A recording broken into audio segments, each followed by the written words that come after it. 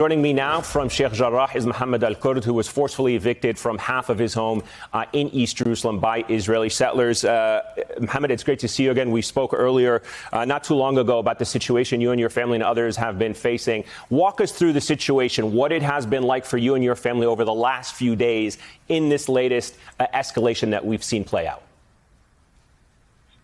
Thank you so much, Ayman, for having me. It's great to be back. And before I begin, I just want to offer my condolences to the people, to innocent people who were killed by Israeli warplanes in the Gaza Strip, in the besieged Gaza Strip. Similarly, here in Sheikh Jarrah, we have been dealing with a wave of state-sanctioned violence. Sheikh Jarrah, in the past few weeks, has been a scene of terror. Every single night we are met with tear gas, military horses, stun grenades, rubber-coated bullets. The Israeli occupation forces are not stingy in the level of force they use against unarmed civilians, and the brute force they use our women and our children. Just today, somebody got wounded in the eye. Over the past week, our neighbor got his house illegally invaded into and his leg broken by the Israeli occupation forces. Our other neighbors, Qasim family, had their house illegally broken into, their gate broken off the seam, and then had their mother's yard intentionally destroyed, and then their speaker stolen. The level of violence that we're seeing is incredibly absurd, and it's fascist.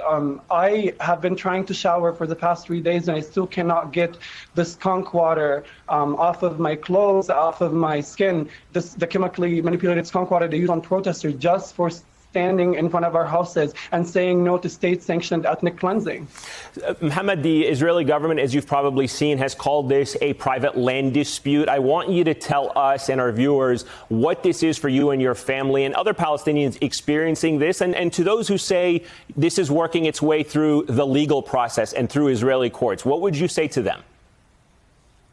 Well, I'll say to them what the United Nations, what over 190 human rights organizations, international and regional, have said. This is a war crime. This is ethnic cleansing. You know, they can do all their propaganda and say that this is a private land dispute, but it doesn't take much looking at the history of this country and seeing how this country came about. It came about by stealing people's homes and stealing people's lands and destroying people's villages. Today, the difference we have is that they no longer use their artillery to steal our homes, except when they do come and steal our homes. Now they use a supremacist judicial system, a colonial judicial system that colludes with these settler organizations that are actually registered in the United States to take over our homes. Just because something is legalized does not mean it's moral, does not mean it's correct, does not mean it's historically just. What's happening to us in Sheikh Jarrah is ethnic cleansing.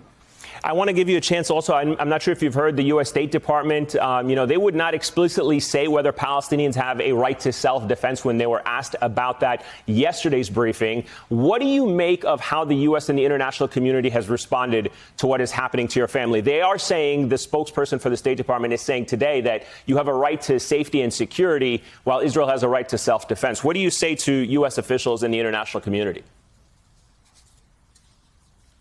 The United States has waged more wars than there are Hamas members. I don't wait for the United States to tell me what constitutes as self-defense and what not constitutes as self-defense. That is not where my moral compass stems from. I don't think the United States is in position, giving all of the genocides and wars it's partaking in, to say something about who has a right to self-defense. What I know is that a military occupation that we're living in is excruciatingly violent. A siege that we're living under is excruciatingly violent, and that is the aggressor. That is the occupier. That's what started all. That's fundamentally what started the so-called conflict. All right, Mohammed Al-Kurd live for us in Sheikh Jarrah in East Jerusalem. Mohammed, thank you. Hey, thanks for watching our YouTube channel. You should know that you can follow today's top stories and breaking news and catch up on your favorite MSNBC shows all in one place. Download the NBC News app today.